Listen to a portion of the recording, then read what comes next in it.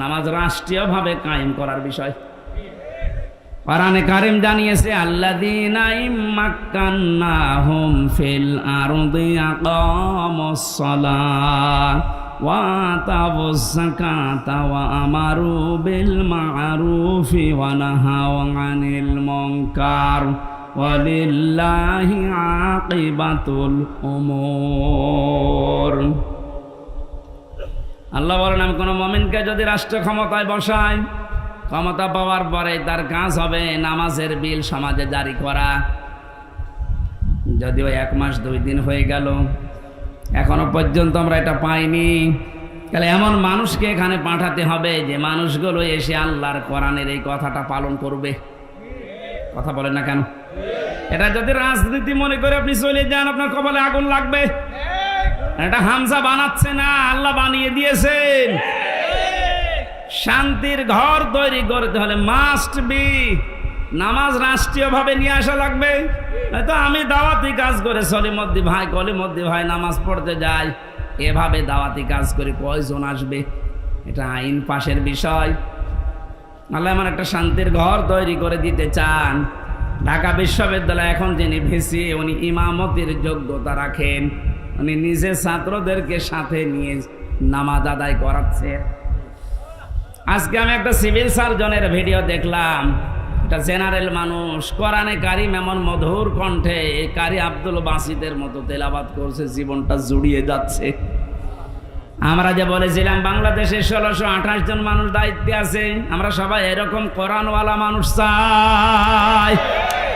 ঢাকা বিশ্ববিদ্যালয়ের ভিসির মতো বাংলাদেশের যত বিশ্ববিদ্যালয় আছে, প্রতিটি বিশ্ববিদ্যালয়ে এরকম ভিসি দেখতে চাই যারা নিজেরা ছাত্রছাত্রীদেরকে নিয়ে ইমামতি করার যোগ্যতা রাখে। একটা ভিসি যদি ওখানে ইমাম হয়, হলের প্রভোস্ট যিনি যদি ইমাম হয়, তার আন্ডারে যতগুলো মানুষ থাকবে তারা যদি তার ইমামতিতে নামাজ পড়ে, কোনোদিন সিট বাণিজ্য হবে না। খাদ্যের জন্য কোনোদিন বাণিজ্য করা হবে না। 1 মাস 2 দিনের রিপোর্ট আজকে দেখেছেন। শুধুমাত্র জালেমরা বিদায় নেওয়ার কারণে যে সমস্ত হলগুলোতে ভর্তুকি দেওয়া লাগতো, খাবারের সমস্যা ছিল, লস হতো, এই খাবারের হোটেলগুলোর মালিক এখন হলের যারা দায়িত্বে আছে ওরা বলছে আমাদের আর লস হচ্ছে না। সুবহানাল্লাহ বলতে পারেন না?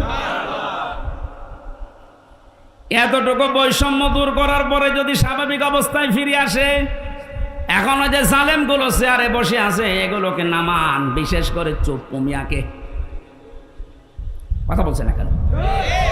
জালেমদের থাকাকালীন একে নিয়োগ দেওয়া, এই চোপ্পু মিয়াকে তাড়াতাড়ি নামান। একে দিয়ে কিন্তু মাঝে মাঝে একটা ইস্যু তৈরি করে ক্রু করার চেষ্টা চালাবে জালেমরা। কারণ জালেমরা তো বসে নেই, বিভিন্ন জায়গায় যে ওরা কিন্তু কাজ চালিয়ে যাচ্ছে এখনো। কয়েকদিন আগে আমি সিঙ্গাপুরে গিয়েছিলাম।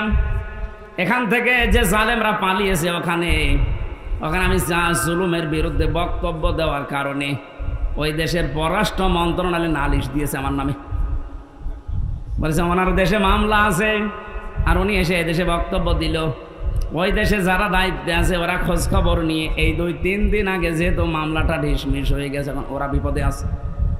আরে বেটা, ওরে আদালত থেকে তো বেকসুর খালাস দিয়েছে, ওর কোনো দোষ নেই, তুই বেকার ওর নামে উল্টা পাল্টা করে আমার কাছে নালিশ দিলি।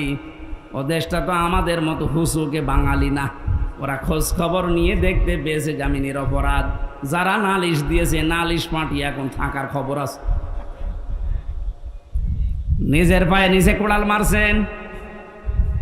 বাইরে বসে বসে যে মানুষগুলো ষড়যন্ত্র করছে, এদের জন্য একটা কাজ এই ঝামেলাটা রয়ে গেছে, যেহেতু ওদের নিয়োগ দেওয়া এটা যেন আহ্বান জানাবো খুব তাড়াতাড়ি এই 1628টা চেয়ার থেকে এদেরকে নামিয়ে এতদিন যারা বৈষম্যের শিকার হয়েছে তাদেরকে চেয়ারগুলোতে বসান।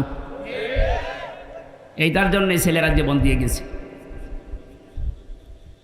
কালেমাটা আমাদের যদি সাদ হিসাবে আমরা তৈরি করতে না পারি, দেশে কালেমা